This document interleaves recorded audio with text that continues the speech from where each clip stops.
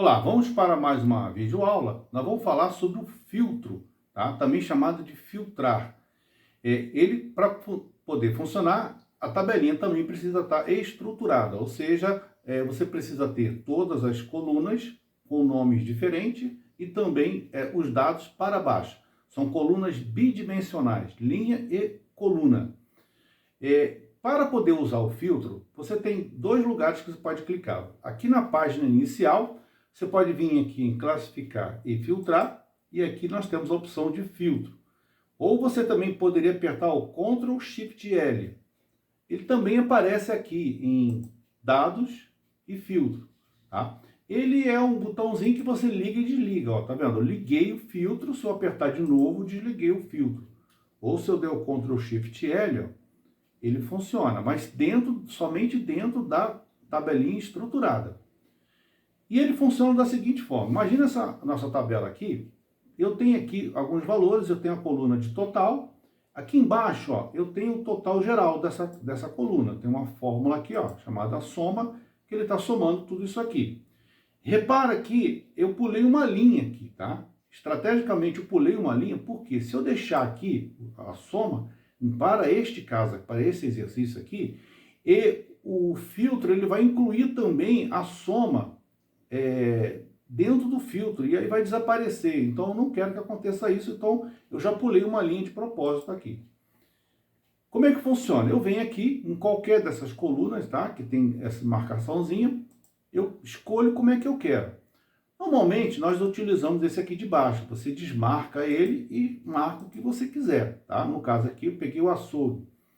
Repare que eu também tenho classificação por aqui, né? Na lição anterior nós já vimos isso.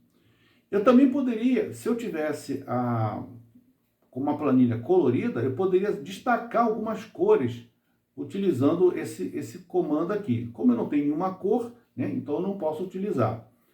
Também poderia escolher um texto, né? Digamos que eu tivesse que escolher uma situação. Esse aqui está muito fácil, mas eu poderia ter um nome mais completo ou mais comprido, e então eu poderia pegar apenas parte desse texto e fazer o filtro. Mas vamos usar o mais simples, né? Vamos pegar esse aqui, vamos desmarcar aqui e vamos colocar aqui o açougue, ó. Quando eu faço isso, ele separou somente essa categoria. Porém, repara que o total aqui, ó, não está batendo com essa realidade, porque esse total aqui, ele pega tudo.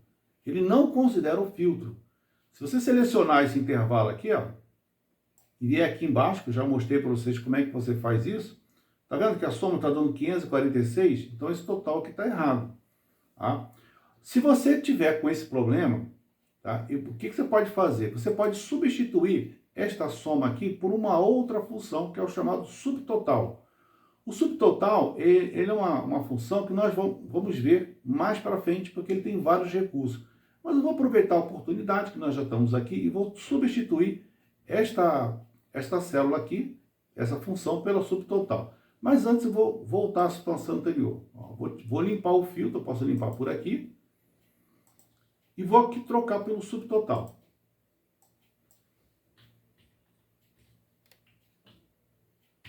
Subtotal, ele tem dois parâmetros obrigatórios, né? O primeiro é o que eu quero com esse subtotal, porque ele pode fazer várias coisas, ele pode tirar média, contar número, contar valores. O que eu quero é apenas uma soma, então eu coloco o número 9 lá, tá? Então 9 significa o que eu quero, uma soma.